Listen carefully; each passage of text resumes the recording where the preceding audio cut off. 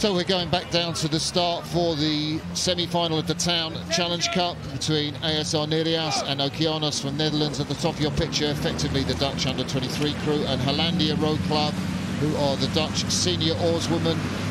And I'm really looking forward to this. I think these Dutch women are one of the best crews in the regatta. Beautiful, fluid rhythm. Three of the crew that won this event in 2017. And it's going to be a privilege to talk them down the course. Yeah, one of the best crews in the world at the moment, and we've been watching for a couple of years now. Really impressive at under-23 level. So after they won here, they went on to win the under-23s. And beautiful rowing, powerful. It's that brilliant mixture, the balance of technique and power together. Really great style, really efficient. So here's a bit of a turn-up, isn't it? There's the under-23s leading out. The Dutch crew closest to you, they are of Hogworth, Florin, Cleveling and Meester. They are the crew expected to win this race, and well, they have got a fantastic middle of the course. I'm sure they will come through very quickly, but look at that water cap, it's very swelly. But all credit to the women on the far side, Nauta and Visser from that under-23 silver medal 8 that took silver behind the Canadians in the World Championships last year, Bout and Stroke, and then Janssen and Offerings in the under-23s on that crew. Nearest the crowd on the far side in the yellow Empacher boat. So it's what you do if you're an under-23 and you're racing your seniors, isn't it? You take it to them, you go out at a higher rate.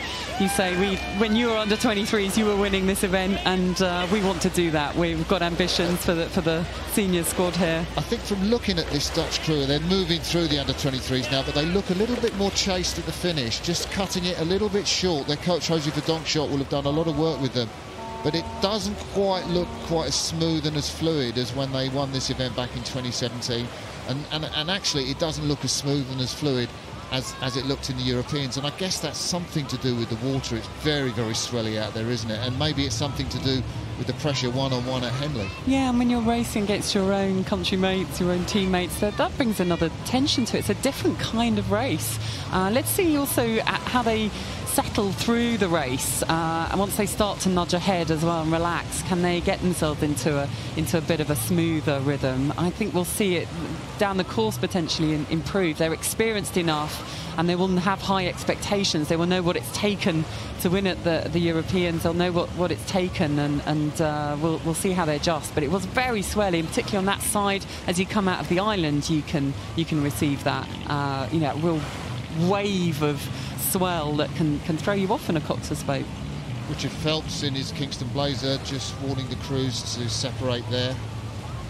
And if you're steering this course, you do want to steer away from the booms as much as possible, unless you got bottle. And when I used to race this course, I had a steersman called John Beattie, and he was like a metre off the booms, bosh, the whole way down.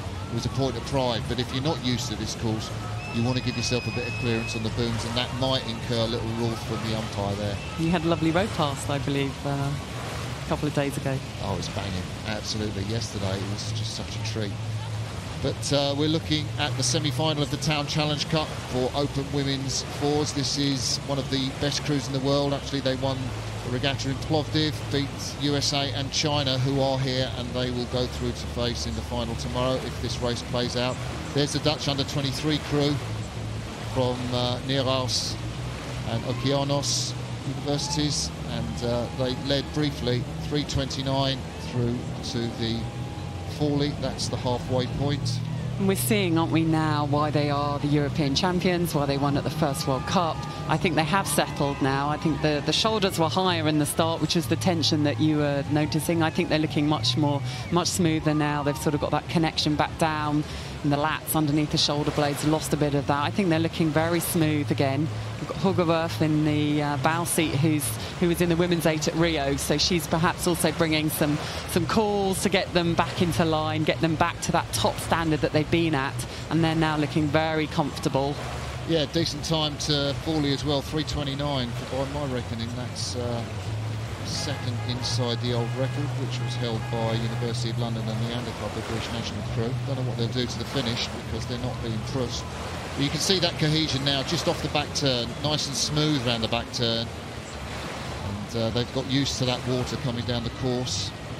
Hogworth on the left of your picture, the 30-year-old from that Rio 8. There's a great shot of her with that lovely tiger cat. Caroline Florin, her dad's a famous Dutch oarsman, Olympic medalist. Jinke Kleveling, 23 years of age, the same cat.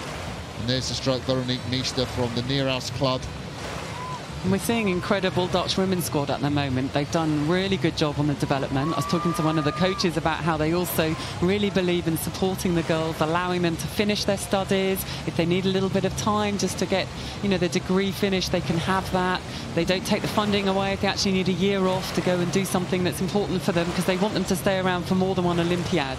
They've got a really long-term view on this and a great supportive culture. Here's the thing, that the Dutch are better at supporting their athletes than the British squad, because they allow more flexibility.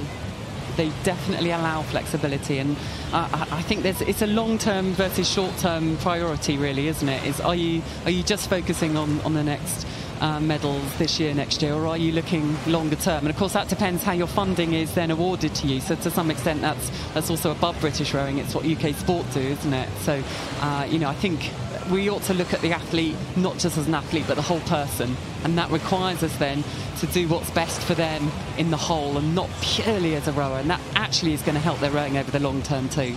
Just saw Titus Waschlund in the launch there, just watching his crew. He's the Dutch coach of the sweep squad that he runs with Jose Donkshot. But Hollandia Roeiclub, in effect the Dutch crew, European champions, are coming up to the line in the finish. They will go on to race the Chinese, who they've beaten once already this season, in tomorrow's final. They cross the finish line in the semi-final of the Town Challenge Cup for Open Women's Coxless Fours, and their opponents from the Netherlands, Nereus and Okeanos, cross the finish line. Game race early on, but I think we'll see confirmation of that result very soon. There it is, Hollandia Roeiclub beat Nereus and Okeanos.